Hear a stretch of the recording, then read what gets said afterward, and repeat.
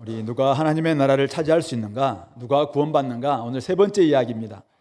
기억나세요? 첫 번째 이야기가 뭐였는지? 그리고 지난주에 두 번째 이야기는 뭐였는지 기억나십니까?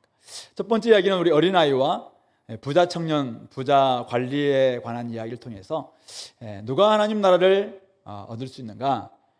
어린아이와 같이 하나님 나라를 받아들이는 사람, 받드는 사람, 전적인 믿음으로 하나님 나라를 그냥 받아들이는 사람. 부자 청년, 부자 관리는 재물이 많아서 야 그거 좀 팔고 나라를 쫓으라 해도 재물이 너무 많기 때문에 근심하고 돌아갔다, 이렇게 이야기를 했습니다. 두 번째 이야기에서 우리 제자들과 우리 맹인 거지 바디메오 이야기를 우리 통해서 늘 말씀을 듣고 함께 하고 있지만은 말씀을 깨닫지도 못하고 그 말씀이 감춰져 있고 그 이르신 말씀이 뭔지도 알지 못하는 제자들이 아니라 눈은 감고 있었지만은 믿음의 눈을 가지고 예수님을 알고 예수님을 믿고 예수님을 따라가겠다라고 했던 바로 맹인 거지 바디메오가 하나님 나라를 차지한다라는 이야기를 했습니다. 오늘은 세 번째 이야기입니다. 누가 구원받을 수 있는가? 우리 너무 잘 아는 이야기죠. 삭개오 이야기. 삭개오와 같은 사람이 구원받을 수 있다. 누가 하나님 나라를 들어갈 수 있는가? 오늘 삭개오가 어떤 사람인가요? 2절 보니까 삭개오라 이름하는 자가 있으니 세리장이요 또한 부자라. 부자가 천국에 들어가는 것은 낙타가 바늘귀로 들어가는 것보다 더 어렵다. 그렇게 이야기를 했어요, 예수님께서. 그때 과연 그러면 누가 그러면 부자가 천국 못 가면은 누가 갈 수 있습니까? 그렇게 이야기할 때 예수님께서 사람으로는 할 수 없으되 하나님으로는 하실 수 있느니라, 이렇게 이야기하셨죠. 오늘 그 예시가 오늘 등장하고 있습니다. 부자가 하나님께서 하시면 얼마든지 하나님 나라에 들어갈 수 있다라는 것을 보여주는 예화, 예시, 바로 그것이 오늘 이 삭개오 이야기입니다. 삭개오 그는 세리장이요 부자였습니다. 사람들은 그를 죄인이라고 부를 만큼 수단과 방법을 가리지 않고 재산을 끌어모았던 세리장, 요즘 같으면 세무서장, 그래서 부자였습니다. 자, 그런데 이 사람이 어떻게 됐다고요? 오늘 9절 말씀 보시면은 예수께서 이르시되 오늘 구원이 이 집에 이르렀으니 이 사람도 아브라함의 자손임이니라. 구원을 받게 됩니다. 아브라함의 자손, 바로 진정한 유대인이라, 진정한 유대인. 그리고 아브라함의 믿음을 잊게 되는 후손, 아브라함의 복을 잊게 되는 믿음의 후손이 되었다, 그렇게 말씀하고 있는 것이죠. 그러므로 무릇 사람이 할 수 없는 것을 하나님은 하실 수 있다라는 것을 보여주고 있는 것입니다. 부자라도 하나님께서 하신다면은 얼마든지 구원받을 수 있음을 오늘 이 삭개오 이야기를 통해서 우리에게 지금 보여주고 있는 것입니다. 중요한 것은 무엇인가요? 중요한 것은 예수님께서 베푸시는 은혜와 사랑을 받아들여야 된다는 것이죠. 반응해야 된다라는 것을 우리에게 가르쳐주고 있습니다. 자, 그렇다면 오늘 삭개오가 어떻게 그것을 받아들이고 반응했을까요? 한 세 가지 정도 이야기를 한번 우리가 해보겠습니다. 첫 번째는 그는 예수께서 어떠한 사람인가 보고자 하는 열망으로, 예수님을 보고자 하는, 예수님을 만나고자 하는 열망으로 예수 앞에 나아갔던 사람입니다. 그는 구원받기에는 너무나 거리가 먼 로마에 부역하며 살았던, 로마의 앞잡이로 살았던, 그래서 그 여리고 사람들뿐만 아니라 주변 사람들에게 악명 높은 세리였습니다. 세리. 부자인데 한마디로 죄인이에요, 죄인. 그래서 그냥 그 여리고 세관이 있었거든요. 여리고 베레아에서 들어오는 입구다 보니까 거기에서 예루살렘에 올라가는 바로 관문입니다. 그곳에 세관이 있었는데 거기에서 지나가는 사람마다 아니면 세금을 걷는데 로마가 뭘 원합니까? 한 500만 원 올해 세금 걷어라, 난 내라. 그러면은 이 세리는 한 5천만 원 받는, 5천만 원 걷는 거예요. 나머지 4,500만 원 짓게 되는 거죠. 이렇게 해서 막 착복하는 것입니다. 이게 오늘 세리의 모습이었습니다. 그러니까 그는 너무나도 사실은 구원받기에는 거리가 먼 그런 부역자, 부자였던 것이죠. 여리고에 있는 세관을 통해서 가진 방법으로 동네 사람들을 힘들게 만들었던 사람이 바로 이 사람이었습니다. 자, 그런데 세리요 부자였던 이 사람에게도 예수님에 대한 소문이, 예수님에 대한 소식이 들려오게 됩니다. 아마 그 관문이었다 보니까, 그리고 6월절 행렬로 수많은 사람들이 예루살렘에 올라가면서, 올라가는데 자꾸 이상하게 나사렛 예수가 뭐 다윗의 자손이다 뭐 이런 이야기를 막 하는 거예요. 그런다가 얼마 전 어떤 일이 벌어졌습니까? 맹인 소경 바디메오가 눈뜬 사건이 바로 이 여리고에서 일어나게 된 것입니다. 이 소문이 지금 여리고 세무서장이었던 이 삭개오에게까지 들려오게 된 것이죠. 그런데 그 애가 도대체 나사렛 예수가 다윗의 자손이라고? 우리가 기다리던 그 메시아라고? 확인하고 싶은 마음이 생긴 것이겠죠. 예수께서 어떠한 사람인가 하여 보고자 하는 이 갈망이 이 사람에게 있었던 것입니다. 단지 지적인 호기심만은 아니었던 것 같아요. 어떻게 나와 있냐면 3절 보시면은, 그가 예수께서 어떠한 사람인가 하여 보고자 하되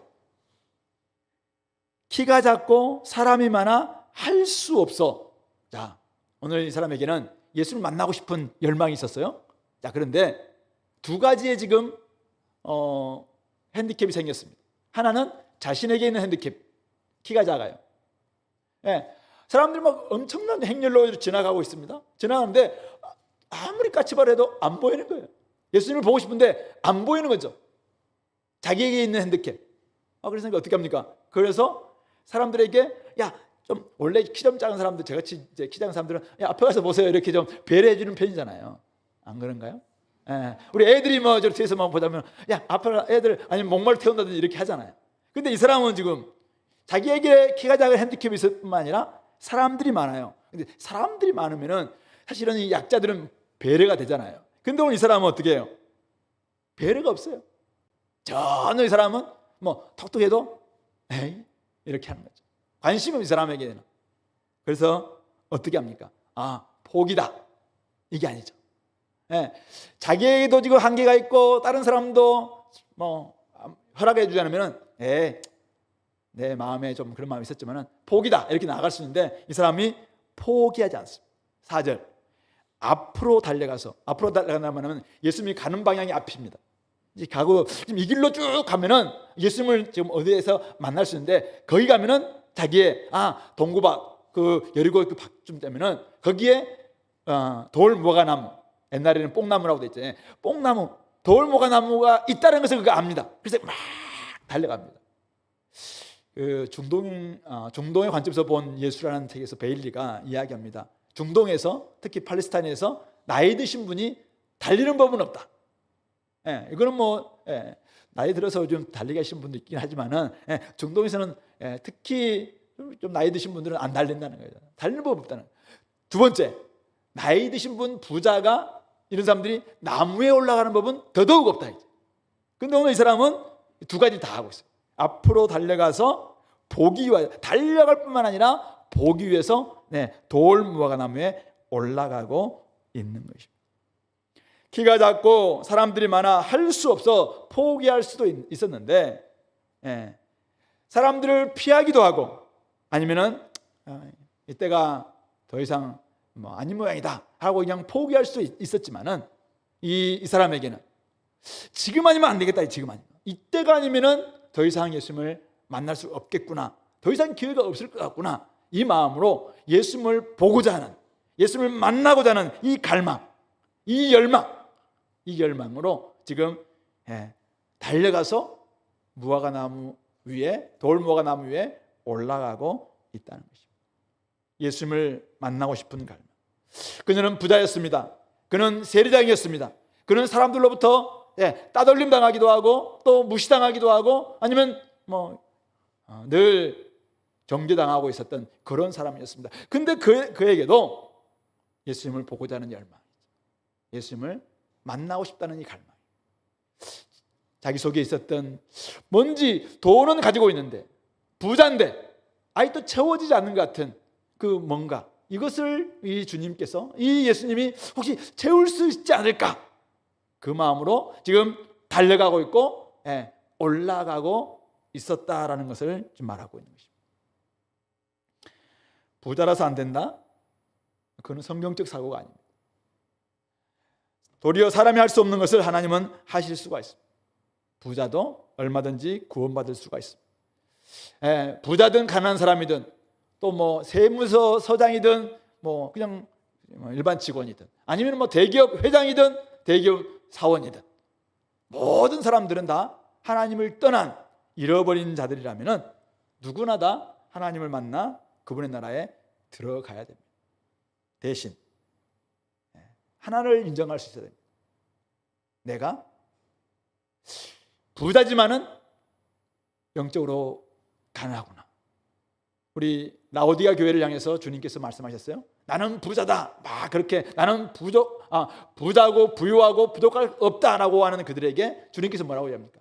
네가 지금 너의 가난함과 너의 가련함과 너의 눈먼과 너의 벌거벗음을 보지 못하고 있다. 그렇기 때문에 주님을 옆에 와서 지금 계속 문을 두드리고 있는 주님을 만나지 않고 그냥 영접하지 않고 늘 미지근한 상태에 있었다 이거죠.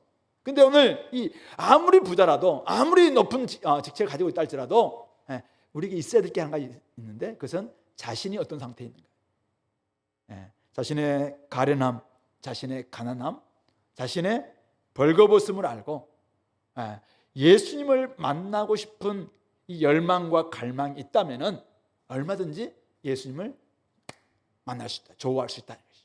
이것을 오늘 이야기하고 있습니다. 장애물이 있고 가로막힘이 있어도 보기 위해서 앞으로 달려나가는 열망. 아무리 다른 사람들이 막 이야기해도 숨어서라도 내가 예수님을 정말 만나보겠다는 그 갈망, 바로 이 그 갈망이 예수님을 만나게 하고 구원받게 하는 첫 번째 단계다라는 것을 우리에게 지금 가르쳐주고 있는 것입니다. 그런 점에서 오늘 이곳에 우리는 다 뭐 구원받은 사람들이라고 생각해요. 근데 혹시 지금 내가 또 좀 주님을 좀 만나지 못한 것 같다. 가진 것도 있고 집도 있고 뭐도 다 있고 하는데 아직도 내가 주님을 좀 잘 못 만난 것 같다. 이런 분들이 계시다면 오늘 자기의 사회적 신분이나 계층이나 뭐 민족이나 인종이나 사람들이 뭐라고 하는 그거 다 좀 내려놓고 내 속에 여전히 텅 빈 좀 이 가난함, 이 가련함 이런 부분들을 좀 주님을 만나 좀 채우고 싶다. 이런 마음이 있다면은 오늘 주님께서 여러분들 앞을 지금 지나가고 계세요. 그 주님을 한번 보고자 하는, 만나고 싶어하는 그 열망 가지고 주님 앞에 반응하시기 바랍니다. 이게 첫 번째 단계. 자, 두 번째 단계는 주님의 부르심에 응답하여 즐겁게 영접해야 되는 것인데요. 오늘 삭개오가 예수님을 보고자 해서 나아갔지만은 막히자 돌무화나무에 올라갔습니다. 자, 근데 그가 이제 아까 관계가 단절되어 있었고 또 자기 스스로도 이런 게 있었던 것 같아요. 자격지심이죠. 자기의 삶을 좀 돌아보니까 내가 좀 사람들한테 돈을 많이 벌었지만은 사람들 앞에 늘 사람들이 나를 자기를 향해서 막 손가락질 때마다 그래 맞아. 내 그런 사람 맞아. 그런 사람 맞아. 근데 난 돈 있어. 야 너희들 뭔데? 막 이런 마음들 있죠. 자기 행실에 따른 뭐 자격지심. 그 나는 뭐 이렇게 괜찮아. 나는 당분간 이렇게 살 거야. 스스로 아웃사이드가 되는 거죠. 사람들 속에 더 비집고 들어갈 수 있어야 되는데 스스로 나오는 거예요. 왜냐하면은 그 자격지심 때문에. 그러면서 나무 위에 올라가는 거예요. 아까 뭐 내려오라 찬양했는데, 어쨌든 올라가는 거죠. 뭐 거기서 숨고 숨고 싶은 거죠. 내가 뭐 나는 이대로 살고 싶다. 이렇게. 근데 거기에서 이 사람이 지금 왜 올라갔냐면은, 거기서 예수님을 만나고 싶은 거죠. 예수님을 보고 싶은 거죠. 자기가 거기서 숨을 수 있다고 생각하는 거죠. 우리 애들이 그렇잖아요. 다 이러면 안 보이죠? 이러는 거예요 지금. 그래서 지금 막 올라간 거죠. 사람들을 피해서 지금 돌무화나무에 올라간 거죠. 사람들을 피해서 숨었지만은 예수님을 보고자 하는, 예수님을 만나고자 하는 그 열망과 갈망은 숨길 수가 없었던 것이죠. 그래서 예수님이 그곳을 지나가시다가 그 앞에 딱 서신 것이죠. 그리고는 딱 위에 쳐다봅니다. 저는 이제 옛날에 뭐 이 설교를 많이 했습니다만은 설교할 때 예수님이 워낙 하나님의 아들이시니까 그래서 이제 자다가 지나가면서 누가 있던 걸 알고 딱 쳐다보는 순간 눈이 딱 마주쳤을까요? 예, 그렇게 또 생각했는데 그 베일리, 이 중동의 관점에서 본 그, 예수라는 그 책에서 베일리 이분이 아주 오랫동안 중동 사셨던 분이에요. 그러니까 지금 이 삭개오는 자기는 나무에 올라가서 안 보일 거 생각했지만은 이미 다 들켰다는 거예요. 왜 예수님이 삭개오야 이렇게 이야기했을까요? 예수님이 하나님의 아들이니까 삭개오 이름을 알고 있었을 것이다. 우리는 그렇게 상상하잖아요. 근데 그분은 뭐라고 얘기하냐면 이미 동네 사람들이 딱 보는 거야. 삭개오야 이거 삭개오가. 다 보이다는 거 다 보여. 그러니까 와 삭개오 삭개오 뭐 이렇게 이야기를 하죠. 삭개오 삭개오. 그래서 예수님이 삭개오야 내려오라 이렇게 이야기했다고. 근데 좀 상식적으로 예수님을 너무 인간적인 모습만 좀 부각한 해석인가요? 어쨌든 간에 뭐 신의 아들로서 삭개오 이름을 알았든지 아니면은 어떻게 하든지 간에 중요한 것은 지금 예수님이 삭개오 이름을 부르고 있다는 것이죠. 삭개오야 오늘 속히 내려오라. 오늘 내가 너희 집에 유하여야 하겠다. 근데 삭개오 무슨 뜻입니까? 옛날에 우리 EBS 수련회라고 불신자들 막 모아놓고 수련했던 옛날 캠퍼스 때 그런 수련회 되게 많았어요. 그때 막 안 믿는 분들이 많이 왔거든요. 그때 우리 삭개오 가지고 막 어떤 우리 부산에 있는 형제가 막 자기 부모가 이제 뭘 이렇게 사러 갔는데 계속해서 고르기만 하기만 하고 안 사니까 주인이 계속 이야기하고 좀 막 왜 안 사냐고 그러니까 삭개오 해가지고 자기 아들을 이름을 삭개오라고 지었다. 아주 썰렁한 이야기를 한 적이 있었어요. 근데 되게 재밌었어요. 그때 당시에 되게 재밌었는데 뭐 근데 그랬다는 거죠. 그런데 오늘 이 삭개오 이름 원래 자카이란 유대식 발음으로 의로운 자, 의로운 자, 순수한 자 이런 뜻입니다. 의로운 자, 순수한 자. 근데 지금까지 이 여리고에서 삭개오는 어떤 이름인가? 조롱의 이름이에요. 의로운 자, 순수한 자, 그게 자카이라고. 그렇다면 나도 의로운 자다. 나도 순수한 자다. 야, 자카이가 삭개오가 의로운 자라면 나도 삭개오다. 그러면서 이제 사람들이 야, 자카이 이렇게 하는 거죠. 삭개오만 하는 거죠. 근데 예수님 똑같이 조롱하면서 야, 삭개오 이렇게 했을까요? 삭개오야 내려오라. 태고적 창조주 하나님께서 우리 인생을 지으셨을 때 그 하나님의 형상으로 받았을 때 그 모습, 그 존재 그 자체로 존중하면서 삭개오야 이렇게 이야기했었어요. 어머니의 모태에서 우리를 구속하셨을 때 사실은 그때부터 주님께서 아셨다면 우리의 그 존재 이름 그대로 불러주시는 마음으로 삭개오야 오늘 내가 너희 집에 유하여야겠다 이렇게 이야기할 수가 있습니다. 이름을 불러준다는 것, 그것은 그 사람의 존재, 그 사람의 인격, 이것을 인정해 준다는 의미잖아요. 우리 김춘수의 꽃에서 이야기하고 있는 것처럼 내가 그 이름을 불러주지 않았을 때는 그는 내게 아무것도 아니었지만 그러나 내가 그 이름을 불러주셨을 때 그는 나에게 와서 꽃이 되었다. 맞습니다. 옛날 저희 제가 어렸을 때 우리 할아버지가 며느리신 저희 어머니를 부를 때 맨날 어이 선애네야 이렇게 부르더라고요. 그래서 우리 어머님이 사실 뭔지 잘 몰랐어요. 선애네. 그래서 선애네가 뭐였더만 우리 큰 누나 이름이 박선애거든요. 그러니까 맨날 선애네야 이렇게 부르네요. 저희 아버님은 어떻게 부르는지 아세요? 우리 아내를 제가 여보라고 부른 거를 한 두 번 들었나요? 내가 부르는 거야. 어이 이게 우리 아버지가 어머니를 부르는 목소리. 그래서 내가 결혼하면은 남편들은 아내를 저렇게 부르는 모양이다 생각했어요. 그렇게. 근데 다른 살아보니까 다른 사람들은 안 그렇게 부르더라고. 어떤 사람들은 이름 부르기도 하고 어떤 사람들은 뭐 부르기도 하는데 저희 아버님은 늘 이렇게 불렀어요. 그렇다고 막 무시하는 건 아닌데 우리 어머님이 장삼예 이렇게 부르거든요. 어디 전도하다가 한참 제가 그 앞에 섰습니다. 왜냐하면 그 어디로 가는 버스에 보니까 삼예가 있더라고요. 우리 어머님의 성함이다 하면서 내가 한참 그 자리에서 서 있었는데요. 그냥 이렇게 부른 거죠. 그래서 제가 결혼하자마자 저희 집사람이 이은설인데 왜냐하면 그때 결혼하기 전에는 우리 집사람이 저한테 선생님 불렀거든요. 교회에서 선생과 제자 사이였어요. 그러니까 선생님 부르는데 결혼하자마자 제가 선생으로 제자한테 대하듯이 아내를 대할 수 없잖아요. 그래서 내가 그냥 존중하는 마음으로 여보, 결혼하자마자 제가 그렇게 저는 되게 좀 어색하고 막 그렇게 했는데 연습하다시피 하면서 굉장히 존중의 이름으로 제가 여보라 불렀거든요. 그러다 보니까 이제 이름이 사라졌어요, 아내가. 근데 요즘은 이제 한 번씩 뭐, 야, 이은설 씨 불러니까 좀 쑥스럽긴 해요. 근데, 그러나 어쨌든 이름을 불러주는 것은 굉장히 중요한 의미다라는 것을 좀 이야기해주고 있는 것이죠. 오늘 주님은 오늘 자카이, 조롱조의 이름이죠, 원래는. 그러나 그 이름을 바꾸면서 삭개오야, 삭개오야, 오늘 내가 너희 집에 유하여야겠다. 여기 유하여야겠다. 유할 수 있니? 권유하고 좀 있지 않습니다. 유하여야겠다. 신적인 권위를 가지고 오늘 내가 너희 가운데 있기를 원한다. 그런 마음에서 내가 오늘 일정 비워놔라. 야, 오늘 너희 집에 있겠다 이 말입니다. 이것은 어떤 의미인가요? 아니, 예수님이 어떻게 이렇게 좀 비인격적인가? 이 말이 아니에요.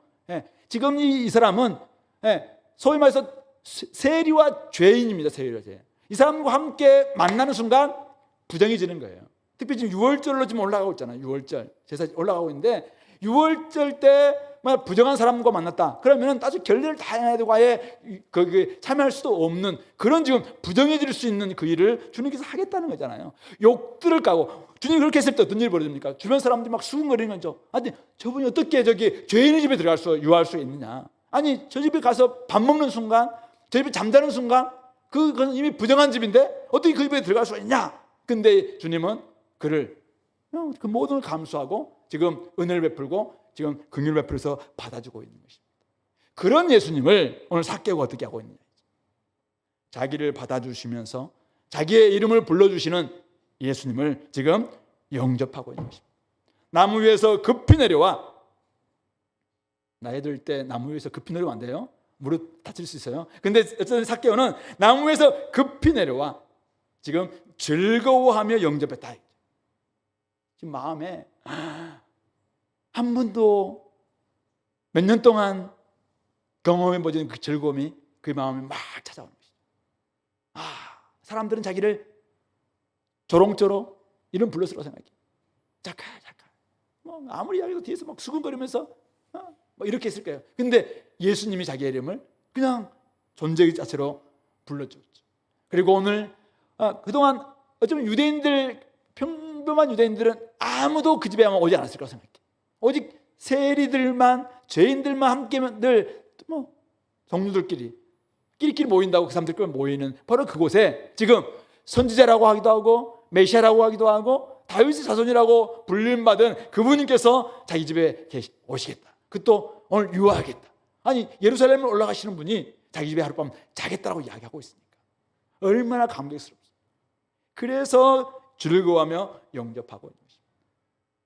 주님의 거처를 자기 집에 마련하고 있는 것입니다. 그의 영혼이 즐거워합니다. 새날의 여명이 지금 동트고 있는 것입니다. 새 창조가 그의 삶에 시작되고 있는 것입니다.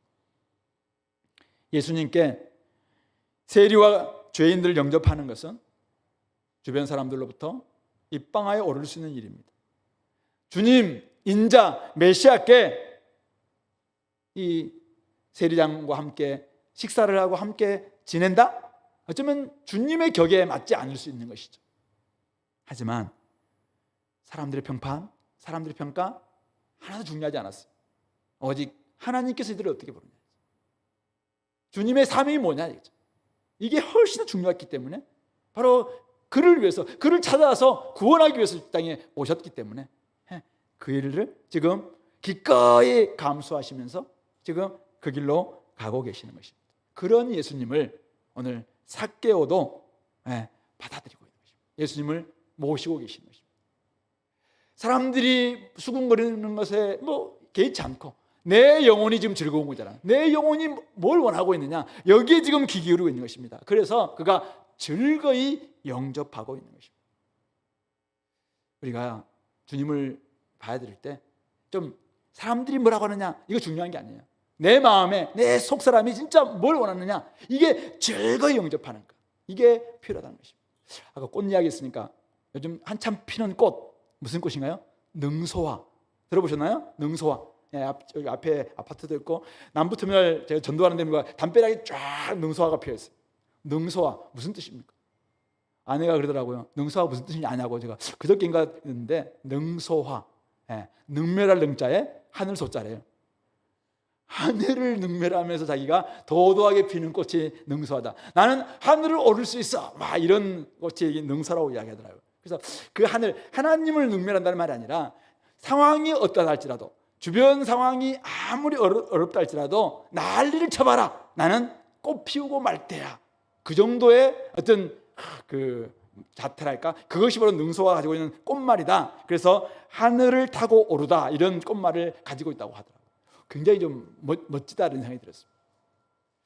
세상이 뭐라 할지라도 내 영혼에 주님이 오셔야지 내가 제대로 꽃피울 수 있겠다. 이렇게 한다면 어떻게 해요? 주님을 영접하는 것입니다. 즐거 영접해야 하는 것입니다. 이게 세상이 난리를 치고 세상이 뭐라고 이야기한다 할지라도 그것이 주님을 딱 받아주는 순간 나는 주님께 가서 꽃이 되는 거예요. 주님께 가서 의미가 되는 것입니다. 주님께 눈짓이 되는 것이죠. 그러면서 내 삶에는 새날이 동토입니다.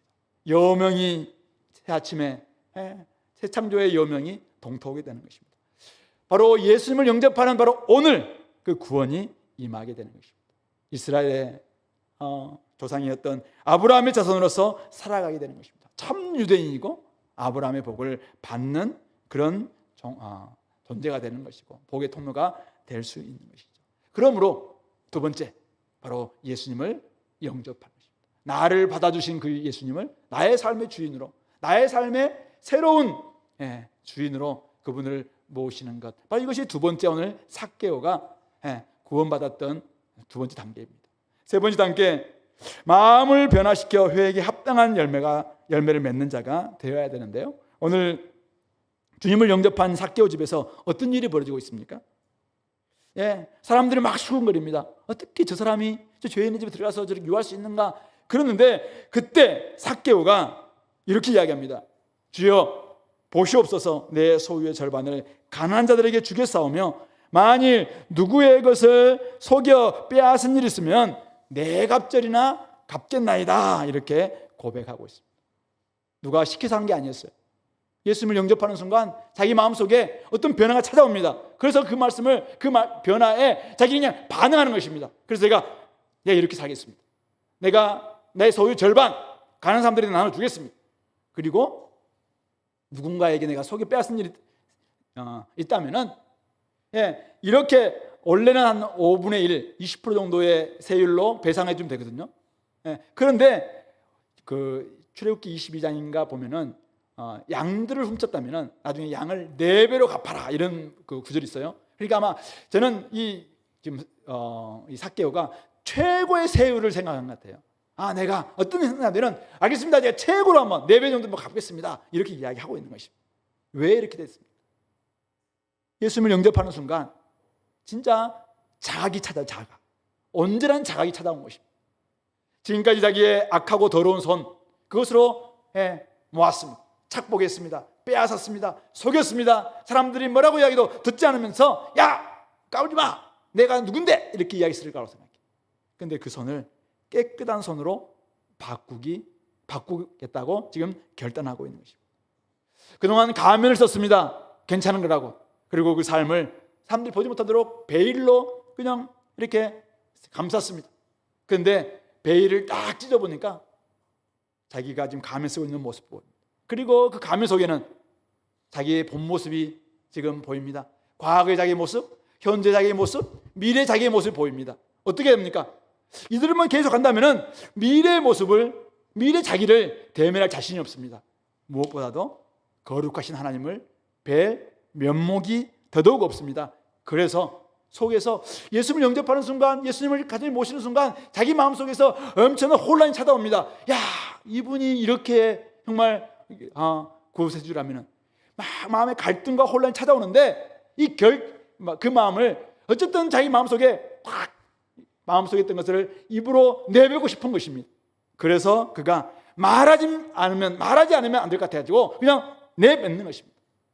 주님 앞에서 똑바로 서서 그동안 저질렀던 잘못을 고백하면서 제가 내 재산 반 가난한 사람에 주겠습니다. 그리고 속여 빼앗은 일 내가 생각나고 있다면 4배 갚겠습니다. 딱 딱 결단하는 것입니다. 자, 이 모습 어떻게 봐야 됩니까? 아직 이렇게 반을 줬다든지 네 배로 갚았다든지 이런 모습 없어요. 근데 마음속에 막 갈등과 혼란과 이런 속에서 어쨌든 말하지 않으면 안 될 것 같으니까 말로 딱 한 거잖아요. 이렇게 한 거예요. 예, 제가 이렇게 살겠습니다. 고백합니다. 이렇게 했어요. 이때 사람들의 반응. 야, 네가 의로운 자가 된다고 내 손에 장을 지니겠다. 이렇게 하지 않겠습니까? 여전히 죄인, 여전히 세리장, 여전히 그냥 수단과 방법으로 자기 재산 모았던 부장, 이렇게만 봤을 거라고 생각해. 그럼 오늘 주님은 어떻게 그를 보고 있습니까? 바로 9절 말씀입니다. 예수께서 이르시되 오늘 구원이 이 집에 이르렀다. 왜냐하면 이 사람도 아브라함의 자손이기 때문이다. 이 사람도 드디어 아브라함의 자손, 참 유대인이고 아브라함의 믿음을 가지고 그 삶으로 자기의 삶을 한번 첫 발을 내딘 믿음의 자손이기 때문에 그도 이제 하늘로부터 시작됐던 구원이 이 가정에 임하게 되었다. 이렇게 이야기하시면서 인자가 이 땅에 온 것은 바로 이런 사람, 잃어버린 사람 찾아서 구원하기 위함이다. 그렇게 말씀하고 있는 것입니다. 예수님을 영접함으로 말미암아 회심과 함께 마음의 변화와 함께 진짜 삶의 변화가 지금 시작되고 있는 것입니다. 아직 삶이 완전 바뀐 건 아니에요. 이제 자기가 이렇게 살겠다라고 지금 고백하고 있는 것입니다. 자기가 한번 삶을 돌아봤습니다. 생애의 흐름을 딱 예수님 만나는 순간 자기의 삶의 생애의 흐름, 메인스트림이 딱 멈춘 그런 순간입니다. 그런다가 예수님 앞에 딱 만난 순간 물줄기가 딱 멈추면서 막 물줄기가 거꾸로 치솟는 같은 느낌이 듭니다. 그래서 자기가 어떻게 합니까? 제 앞으로 이런 삶을 이렇게 살겠습니다. 이렇게 딱 입으로 내뱉는 순간 진짜 물줄기가 거꾸로 흘러가는 것이죠. 예수님을 딱 모시는 순간 어떤 일이 벌어집니까?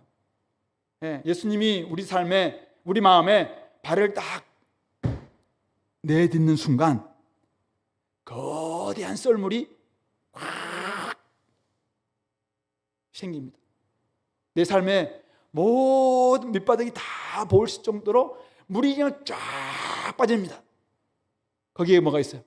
온갖 오물과 쓰레기와 추잡함과 더러움과 욕망과 속임과 음란과 이런 것들이 막 다 보이는 것이죠.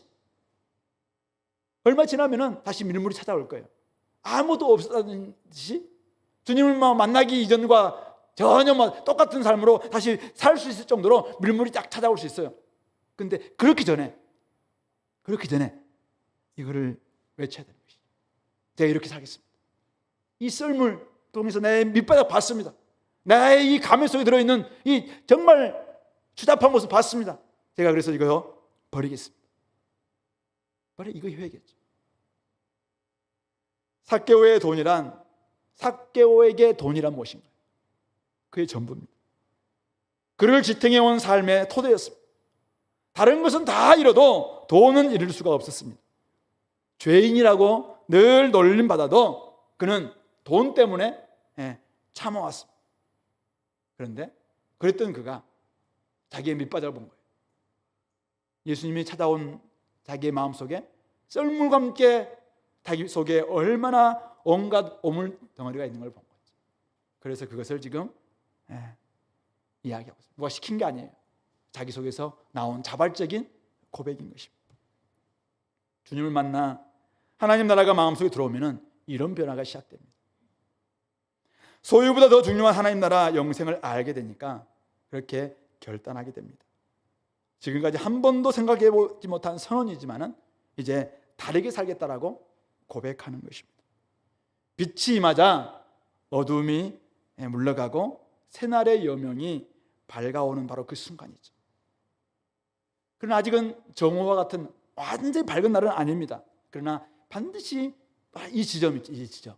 이게 바로 인생의 전환점, 터닝 포인트입니다. 바로 이 지점이 회심이고 중생입니다. 바로 이 지점이 구원의 시작이고 하나님 나라가 임하는 순간입니다. 앞으로 변화가 얼마나 놀랍게 펼쳐질 것인가를 기대할 수 있는 바로 그 지점인 것이죠. 삭개오 인생 어떻게 펼쳐졌을까요? 성경은 자세히 말하지 않습니다. 하지만 오늘 주님께서 그에게 구원이 가정에 임했다. 그리고 너는 아브라함의 자손이 되었다. 하나님 나라의 백성이 되었다라고 이야기하신 만큼 그에게는 지금까지는 전혀 다른 인생이 이제는 펼쳐졌을 거라고 생각됩니다. 아마 우리는 마태처럼 세관을 버리고 예수님이 제자가 된 것은 아닌 것을 우리가 알고 있어요. 이 삭개오는 세관을 떠나지는 않았습니다. 세자의 역할도 아마 감당했을 거라고 생각해요. 그러나 전혀 다른 삶이, 전혀 다른 직장 생활이죠. 전혀 다른, 이전과는 다른 삶을 살게 되는 것입니다. 한 사람이 구원받을 때 삶의 진폭이 얼마나 클지 우리가 짐작할 수 없어요. 사람마다 좀 다를 수 있어요. 다 짐작이 안 됩니다. 그러나 예상할 수 있는 것은 있어요. 달라진다. 충분히 달라진다. 얼마든지 달라진다. 그래서 우리는 그 사람을 기대하는 거예요. 왜냐하면 예수님을 만났으니까, 예수님을 영접했으니까, 하나님 나라가 그 가운데 시작됐으니까 이런 삶이 펼쳐질 것이다. 우리는 충분히 기대할 수 있는 것입니다. 오늘 누가 구원받습니까? 누구라도 예수님을 만나 예수님을 영접하고 예수님 때문에 삶의 변화를 경험한 사람이라면 구원받는 것입니다. 부자였고 세리장이었고 죄인이었고 잃어버린 자였던 이 삭개오가 오늘 구원받았습니다. 예수님은 바로 그 일을 위해서 오셨습니다. 잃어버린 자를 찾아서 구원하기 위해서 이 땅에 오셨습니다. 그 일을 위해서 지금 여리고에 오셨고, 그 일을 위해서 여리고에 있는 삭개오 집에서 유하셨고, 그 일을 위해서 예루살렘에 올라가셨고, 바로 그 일을 위해서 결국 십자가에 오르셔서 죽으셨습니다. 이 놀라운 사실을 우리가 안다면 이제 우리는 무엇을 해야 합니까? 첫 번째, 혹시 아직 이 자리에 주님 만나지 않으신 분이 계십니까? 내가 아무리 봐도 나한테는 이런 변화가 없다. 내가 예수님을 내 삶의 주인으로 영접해 본 적이 없다. 내 삶의 주인으로 나는 한 번도 그분을 모셔본 적이 없다. 그래서 내 삶에 동터온다고?